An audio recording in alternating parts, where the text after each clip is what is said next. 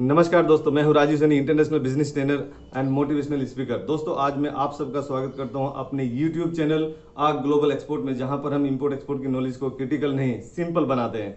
तो दोस्तों, आज मैं आपके लिए बहुत अच्छा इंटरेस्टिंग टॉपिक लेके आया हूं। हम दुबई में क्या एक्सपोर्ट कर सकते हैं। ये एक मेरे कमेंट बॉक्स में एक व्यूवर ने पूछा है कि दुबई में क्या एक्सपोर्ट करना चाह रहा है, क्या चाहिए। और एक सिमिलर क्वेश्चन एक मेरे क्लाइंट ने पूछा है कि सर, मेरे पास एग्रीकल्चर प्रोडक्ट है तो मैं किस कंट्री में एक्सपोर्ट कर सकता हूं और कौन सी कंट्री को मैं टारगेट कर सकता हूं। तो ये दो तीन क्वेश्चन ऐसे सामने आए हैं जिनके लिए अभी मैं यही कर रहा हूं कि एक वीडियो के माध्यम से मैं उन दोनों को बता दे रहा हूं, और साथ में जो बाकी सब्सक्राइबर है मेरा, जो बाकी व्यूवर्स हैं, उनके लिए भी ये बेनिफिशियल हो सकता है। तो दोस्तों, हम वीडियो में आगे बढ़ने से पहले मैं आप सबसे रिक्वेस्ट करूंगा कि अगर जो मेरे चैनल पे पहली बार आए हैं वो सब्सक्राइब कर लीजिए, चैनल को लाइक कीजिए। बाकी आप लोग सभी जो व्यूवर्स हैं, सब्सक्राइबर हैं, आप वीडियो को शेयर कीजिए ताकि ये हर उस हिंदुस्तानी तक पहुंच सके जो इंपोर्ट एक्सपोर्ट की बिजनेस में आना चाहते हैं, या कोई बिजनेस करना चाहते हैं, या जॉब कर रहे हैं लेकिन अभी बिजनेस में कुछ एंटर करना चाहते हैं, कुछ डिसाइड नहीं कर पा रहे हैं। 80% लोग जॉब में ऐसे हैं जो कि बिजनेस करना चाहते हैं लेकिन प्रॉपर गाइडेंस या प्रॉपर उनको एक कुछ पाथ नहीं मिल रहा है, कुछ गाइडलाइन नहीं मिल रही, तो they are not in the position to take the decision. तो दोस्तों, मैं आज इन सभी का सॉल्यूशन लेके आया हूं आप लोगों के लिए। दुबई में क्या एक्सपोर्ट करूं, ये क्वेश्चन था। तो दुबई में एक्सपोर्ट करने के लिए मैं टोटल 8 आपको ऐसे प्रोडक्ट बताऊंगा जो मोस्टली इंडिया से दुबई में ही जाते हैं। तो दुबई, अगर 2014 का अगर स्टैटिक डाटा उठा के देखें तो दुबई में 60 बिलियन यूएसडी 60 बिलियन यूएसडी का ट्रेड हुआ है 2014 में। और अगर मैं आपको और डिटेल में एनालिसिस करके बताऊं कि 9.2% इंडिया से ही एक्सपोर्ट होता है। जितना इंपोर्ट दुबई में होता है, जो बाकी और कंट्री से इंपोर्ट करता है दुबई, उसमें से 9.2% वो इंडिया से ही लेता है। तो दोस्तों, आप ये पोटेंशियल एक समझ सकते हैं कि ये कितना बड़ा पोटेंशियल है। और इंडिया से जो फूड, वेजिटेबल, फ्रेश फूड्स का जो मार्केट है वो नियर बाय कंट्री इंडिया ही है, क्योंकि उसमें अगर बाई एयर जाएं तो 2-3 घंटा जाने में लगता है, और बाई शिप अगर उसमें हम एक्सपोर्ट करते हैं तो मात्र 2 दिन लगते हैं जाके। अगर उसी के अगर ऑन अनदर हैंड अगर हम चेक करें कि यूएसए में कोई एक्सपोर्ट करता है तो उसमें टोटल 45 डेज लगते हैं। तो दुबई में और नियर बाय कंट्री में एक्सपोर्ट करने का एक ये भी बेनिफिट है कि आपका पेमेंट साइकिल जल्दी होता है, आपको जल्दी जल्दी पेमेंट आएंगी और अपने बिजनेस को आप जल्दी ग्रो कर सकते हैं। अगर आपके पास कैश फ्लो रहता है, फंड रहता है, कैपिटल रहता है, तो आप अपने बिजनेस के लिए डिफरेंट ऑप्शंस में भी जा सकते हैं। तो दोस्तों, आइए देखते हैं कि सबसे ज़्यादा इंडिया से एक्सपोर्ट क्या होता है दुबई में। That is food items, food, vegetable and fresh fruits. तो जैसे आपने ओनियन देखा होगा, ओनियन में अभी बैन लगाया इंडियन गवर्नमेंट ने, क्योंकि हमारे यहाँ खुद डिमांड बढ़ गई थी और सप्लाई यहाँ पर कम हो गई थी, क्योंकि हम मैक्सिमम क्या कर रहे थे, दुबई में ही एक्सपोर्ट कर रहे थे। मैं एक रिसर्च में ये देखा हूँ कि एक वीडियो देखा हूँ मैं कहीं पर, तो किसमें दुबई में कंटेनर के कंटेनर खड़े हैं, अननेसेसरी, मतलब इतने कंटेनर खड़े हैं कि कोई वहाँ पर खरीदने के लिए तैयार नहीं। इतना वहाँ पे सप्लाई चला गया है, सप्लाई चला गया। कहाँ से? इंडिया से। और जो भी, क्योंकि देखिए, अगर ये तो मानने की बात है कि एक्सपोर्ट बिजनेस में बेनिफिट अच्छा है, मार्जिन अच्छा है, लेकिन इसका मतलब ये नहीं कि अपनी कंट्री में उसका सप्लाई कम कर दे। तो इसमें गवर्नमेंट, इंडियन गवर्नमेंट ने स्टेप लिया है कि अभी टेम्परेरी ऑनियन को, जो प्याज होता है, खाने वाला प्याज, तो उसको अभी बैन किया है, टेम्परेरी बैन किया। अभी जो नई फसल आएगी तो वापस उसको शुरू कर दिया जाएगा।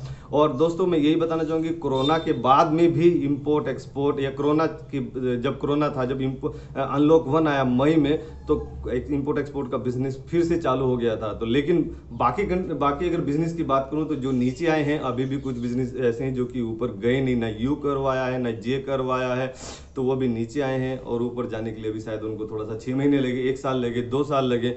लेकिन इंपोर्ट एक्सपोर्ट का बिजनेस ऐसा है दोस्तों कि आप उसमें लॉस में तो कभी नहीं आएंगे। ये मैं आपको एश्योरिटी देता हूँ, गारंटी देता हूँ। आप कोई भी बिजनेस करें, आप अगर एक्सपोर्ट का बिजनेस कर रहे हैं तो आपको कभी लॉस नहीं होगा। और इस सेफेस्ट बिजनेस में आप पेमेंट टर्म भी सिक्योर कर सकते हैं। इसी चीज़ का आप ये लेके मैं उसमें एक बार अलग से एक वीडियो बनाऊंगा कि आप फ्रॉड से कैसे बच सकते हैं इंपोर्ट एक्सपोर्ट के बिजनेस में। तो दोस्तों, सबसे पहले अपना पॉइंट आता है कि दुबई में क्या एक्सपोर्ट होता है। तो सबसे ज़्यादा एक्सपोर्ट होता है यहाँ से फूड, वेजिटेबल्स।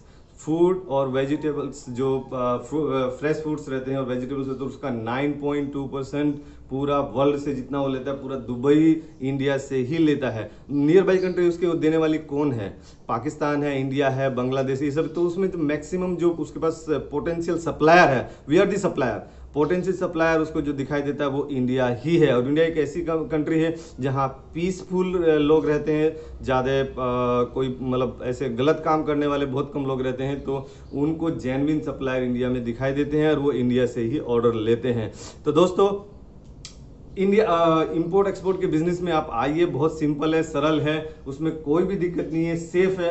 नेक्स्ट अपना आता है सर मशीनरी। मशीनरी भी इंडिया से एक्सपोर्ट होता है, दुबई में एक्सपोर्ट होता है। इंजीनियरिंग गुड्स जिसको बोलते हैं हम, जिसका EEPC एक्सपोर्ट प्रमोशन काउंसिलिंग होता है, इंजीनियरिंग एक्सपोर्ट प्रमोशन काउंसिलिंग, तो उसकी भी आप मेंबरशिप ले सकते हैं, उसका आप RCMC ले सकते हैं, उसका RCMC लेके आप एक्सपोर्ट कीजिए। आप एक बार आइए एक्सपोर्ट के बिजनेस में और देखिए आपको बेनिफिट दिन दुगनी रात चौगनी आपको तरक्की इधर दिखाई देने लगेगी। तो नेक्स्ट आता है ज्वेलरी, जेम्स एंड ज्वेलरी। वहां पर स्टोन प्रोडक्ट भी आपके ज्यादा एक्सपोर्ट होते हैं। या वहां की अगर गल्फ कंट्री की, दुबई एक गल्फ कंट्री, UAE का एक सिटी है, Dubai is a city, is not a country. तो दुबई में ज्यादातर लोग, हम अगर बात करें तो इंडियन एक्सपोर्टर है दुबई के नाम से जानते हैं, क्योंकि किसको भी अगर पूछे कि कहाँ आप एक्सपोर्ट कर रहे हैं, अजी वेजिटेबल एक्सपोर्ट करना है, कहाँ एक्सपोर्ट कर रहे हैं, दुबई में एक्सपोर्ट कर रहे हैं जी, दुबई में एक्सपोर्ट कर रहे हैं जी। अब उनको अगर कुछ एक्सपोर्टर तो ऐसे भी हैं कि मतलब जिसको ये भी नहीं आइडिया है कि दुबई एक कंट्री है कि सिटी है, तो ऐसा भी है। मैं ऐसे कुछ क्रिटिसाइज नहीं कर रहा हूं, सबका स्किल्स लेवल अलग अलग हो सकता है, लेकिन मैं ये बोलना चाह रहा हूं आपको कि अगर ऐसा कोई एक्सपोर्टर है जिसको ये नहीं मालूम कि दुबई सिटी है कि कंट्री है, तो अगर वो लोग एक्सपोर्ट कर सकते हैं तो आपके पास तो मतलब बहुत अच्छा स्किल्स है, तो आप क्यों नहीं एक्सपोर्ट कर सकते? जरूर कर सकते हैं, आप आगे बढ़ सकते हैं, क्यों नहीं बढ़ सकते? बिल्कुल बढ़ सकते हैं, 100% बढ़ सकते हैं और आप सक्सेस ले सकते हैं। हमारे साथ में कनेक्ट रहिए, और भी ऐसे आपके पास आपको प्रोफेशनल्स मिल जाएंगे, और भी ऐसे कंपनीज मिल जाएगी आपको जो कि एक्सपोर्टर को प्रमोट करती है। इवन अगर इंडियन गवर्नमेंट भी एक्सपोर्टर को प्रमोट करती है, GST नहीं लगता है और आपको उसमें बेनिफिट दिया जाता है, आपको उसमें और इंसेंटिव दिए जाते हैं डिपेंडिंग अपॉन द प्रोडक्ट, और आपके EPC आपको इंसेंटिव दिलाती है। उसके लिए बस RCMC होना जरूरी है EPC का।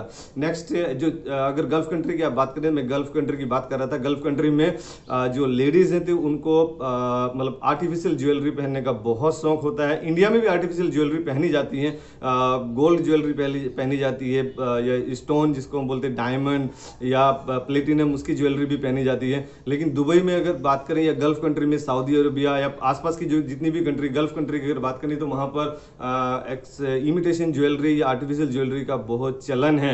वहाँ की लेडीज झुमके हो गए, नेकलेस हो गया, ये सब बहुत अच्छे से वहाँ पहनते हैं और इंडियन मेड प्रोडक्ट को बहुत पसंद करते हैं, लाइक करते हैं वो। और वहाँ ये भी एक है कि इंडिया मतलब क्वालिटी, तो क्योंकि चाइना से भी ऐसे ज्वेलरीज आती हैं लेकिन उनका कलर बहुत जल्दी उतर जाता है और उनका क्वालिटी उतना अच्छा नहीं होता है। तो इंडिया मतलब क्वालिटी, ऐसा वहाँ पे हमारा एक रेपुटेशन बना हुआ है, एक इमेज बना हुआ है। तो दोस्तों मैं यही चाहूंगा कि वो इमेज बरकरार रहे, आप क्वालिटी में कभी भी कॉम्प्रोमाइज मत कीजिए और अच्छा मुनाफा कमाइए। तो नेक्स्ट होता है मिनरल्स। मिनरल्स भी हमारे यहीं से आते हैं। आप बोलेंगे मिनरल्स, तो मिनरल ऑयल हो गया, जैसे कस्टर्ड ऑयल हो गया, मस्टर्ड ऑयल हो गया, ये सब सरसों का तेल जिसको बोलते हैं, तो ये सब भी एग्रीकल्चर में आना चाहिए। नहीं, उसके लिए एक अलग से EPC बनाई है, तो इसलिए अलग वो कैटेगरी में आ जाता है, वो मिनरल ऑयल्स में आ जाता है। तो मिनरल्स ऑयल्स भी यहाँ से एक्सपोर्ट होते हैं। नेक्स्ट आता है क्लॉथ, गारमेंट, स्टिच, अनस्टिच, मतलब जिसे कपड़ा बोलते हैं, क्लोथिंग, जिसको आप फिर लेने के बाद उसको अपने हिसाब से, अपनी फिटिंग के हिसाब से आप स्टिच कराते हैं।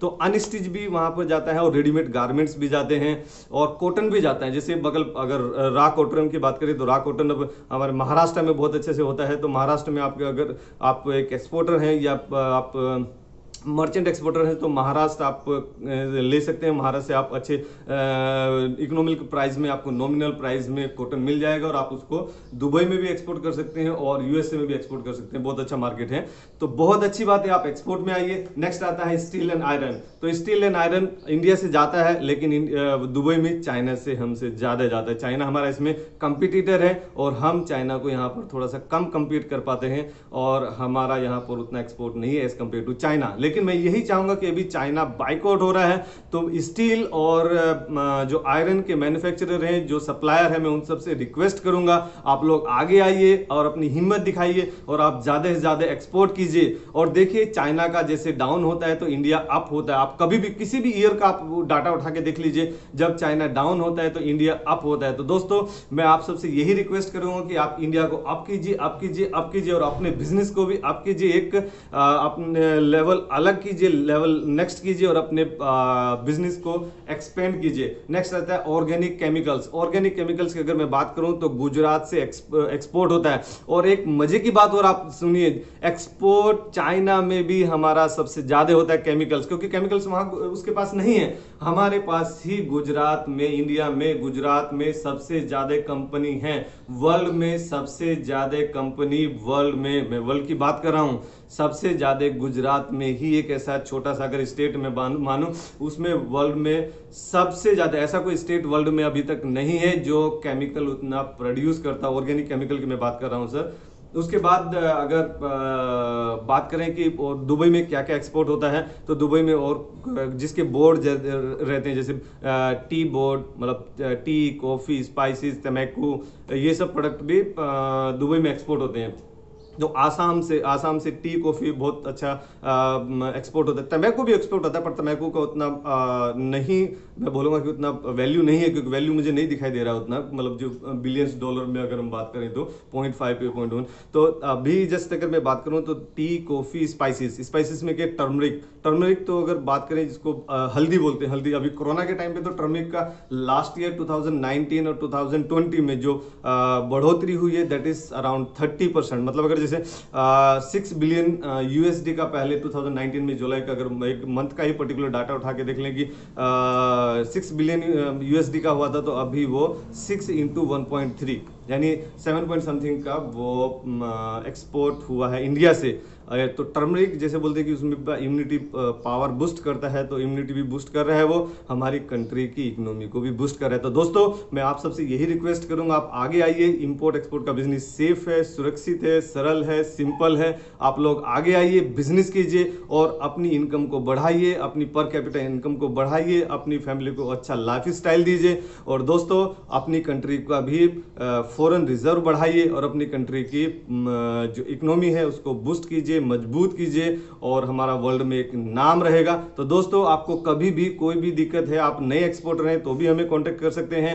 आप अगर एक्सपोर्ट कर रहे हैं, आप एग्जिस्टिंग एक्सपोर्टर हैं, आपको कहीं कुछ उलझन आ रही है, कहीं अटक रहे हैं या कुछ हल्का फुल्का सपोर्ट चाहिए जिसके लिए कंसल्टेंट बहुत ज्यादा चार्ज करते हैं, तो आप फ्री ऑफ कॉस्ट हमसे बिल्कुल आप बात कर सकते हैं, हमें फोन भी कर सकते हैं, कमेंट भी कर सकते हैं, दिन में आप कभी भी हमें फोन कर सकते हैं। तो आप हमें फोन कीजिए और इंडियन इकोनॉमी को बूस्ट करने में हेल्प कीजिए, इंडिया की मदद कीजिए और अपनी देश प्रेमी का यहाँ पर आप एक्सप्रेस कीजिए कि we love India, we are Indian और हमें इंडियन एक्सपोर्ट को प्रमोट करना है, इंडियन इकोनॉमी को बूस्ट करना है। आगे आइए, एक आदमी अकेला कुछ नहीं कर सकता, एक कंपनी अकेली कुछ नहीं कर सकती। आप सबको, हम सबको एक साथ होके इंडियन इकोनॉमी को बूस्ट करना है। तो आइए हम सब एक्सपोर्ट करते हैं, let's do export together. Thank you.